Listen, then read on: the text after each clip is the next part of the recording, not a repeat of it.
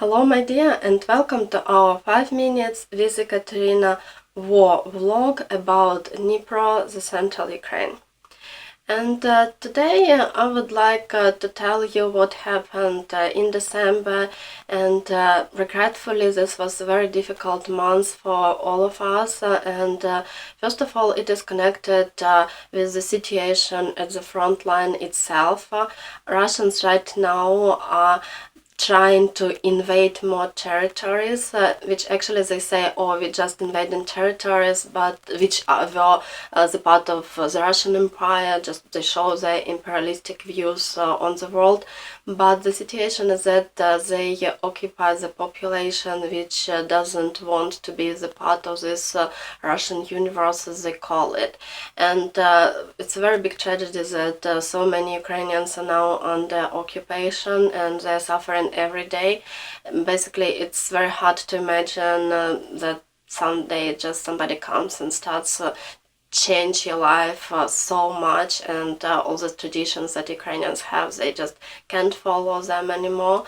And this is a great tragedy, and the villages actually that are contested now, that are at the front line itself, they're practically damaged, and it is impossible to stay there. All the buildings are demolished by rocket shells, and it's such a heroic thing what our boys are doing in order to prevent it, in order to protect it. And the whole front line is actually now under the huge unrest. And hopefully this attack will be stopped as soon as possible, because many people die at the front line. And this started in early December, and this invasion is ongoing, and all these officials, including so-called president of so-called Russian Federation, they just say that they're very successful and they control the situation right now, which is, I don't think that it is true personally. I don't know if it's wishful thinking or not, but their gains are very small and not decisive, and I hope that it will happen.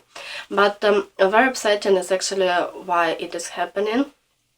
And they started the invasion in very unfavorable weather conditions, because the Western weapons are not coming in Ukraine in enough quantities. And when it says that something is wrong in Ukraine, usually it's because we don't have enough weapons. Either anti-missile and anti-air systems that will prevent the Russian rockets falling on our heads, or tanks and gun shells just to resist the front line.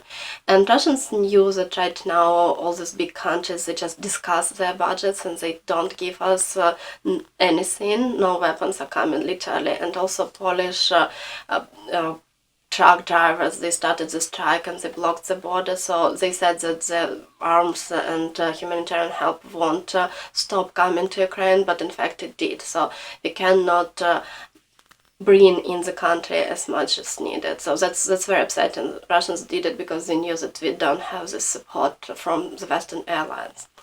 And it brings us to the next very upsetting things, because in very reputable sources like magazines outside, especially in America, they started to say that it's all Ukrainians' fault, and it's not that straightforward, and probably Ukrainians just don't know how to fight at the front line, and all these nasty things the journalists are writing, and they write it as second opinion, putting Ukrainian opinion there, and then, oh, actually Ukrainians claim they don't have the weapons, but somebody on the West claims that they do have enough weapons. That means they lie. And that's not true, obviously. When we have weapons, we just fight with these weapons, and you see the progress at the front line. So it's simply not having enough weapons, and now being accused of not fighting, which is, again, so much not true. We cannot just fight with the stones and just go barefoot and with empty hands to the enemy, who has actually all the weapons, especially now they have drones. We used to have this superiority with drones, which we produced ourselves, or we just bought on AliExpress or something. But now Russians, they just took this technology and use it themselves. So now they have such a great superiority on everything that can kill people, can shoot and kill people. And at the same moment, on the West we hear that they don't know how to fight, so let's stop giving them the weapons, and this was the exact pretext of the next wave of invasion. So it was very depressive months, like December is very depressive, and I don't know anyone who is actually having this festive mood for coming holidays.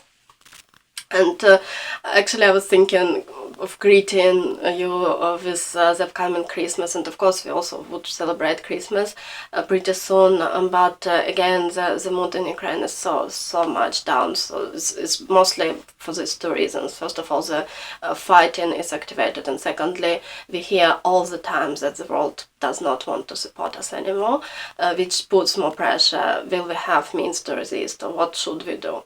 And that's basically the situation. On top of this, to this bad things adding to this, Russians broke into the internet and mobile connection provider, which was the biggest one in Ukraine, Kyivstar, and they disrupted all the connection for a week, almost for a week, and even street lights did not work. On my street, for example, in Dnipro, it didn't work because it was connected to Kyivstar somehow, and that also was very disturbing to everyday life, and people were thinking if they lost connection, if they lost personal data. And the only thing I'm finding good is that actually it didn't happen 1 year ago when it would have been a collapse, but it happened now, which is a little bit better, but again not perfect.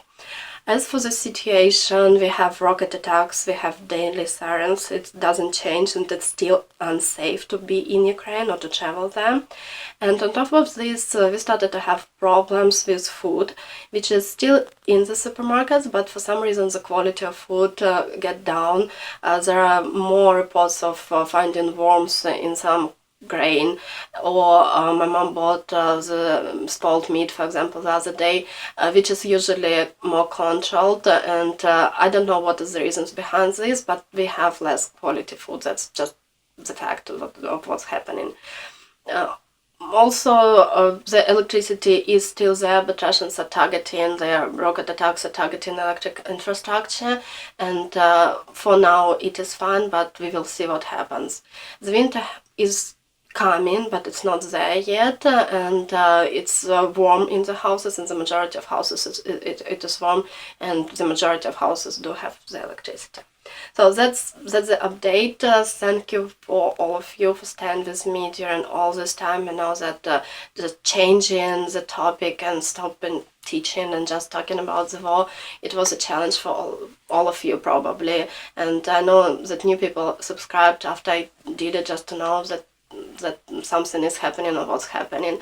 So thank you so much.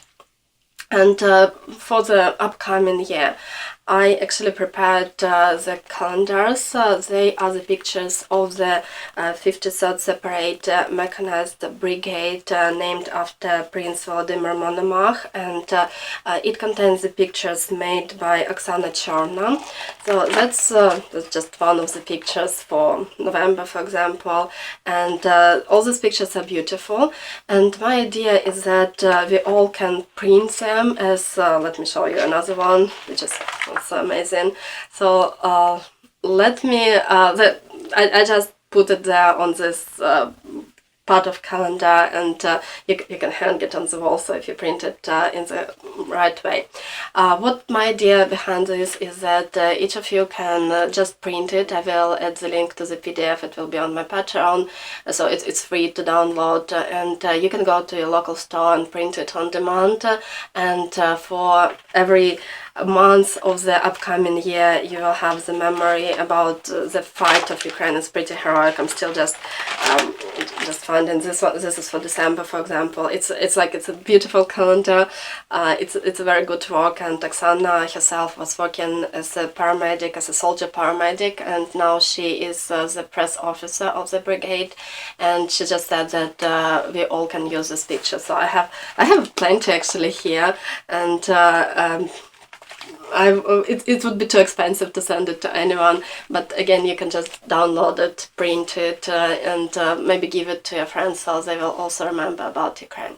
So please, if you can, please talk to your friends, even when you will have these family reunions, just talk that the situation in Ukraine is pretty severe, and that this hesitation, and every time when the West is playing the game, or we don't know if we want to support Ukraine any further, it gives Russia the pretext that they can invade more territories. They are not sorry for their own people, they will just send them in huge groups, and it doesn't matter if they have enough weapons or not. For them it's all the same, but we are losing our people, we are losing our cities, our villages, just because of these political hesitations. So please just talk about it, and don't forget about us. Thank you so much for all your support over this almost 2 years now for the full-scale war, and for many of you over this almost 10 years of the war. And I wish you happy holidays, I wish you strong health and the peaceful sky over your head. Thank you very much, and I hope to see you very soon in much better circumstances. Goodbye for now.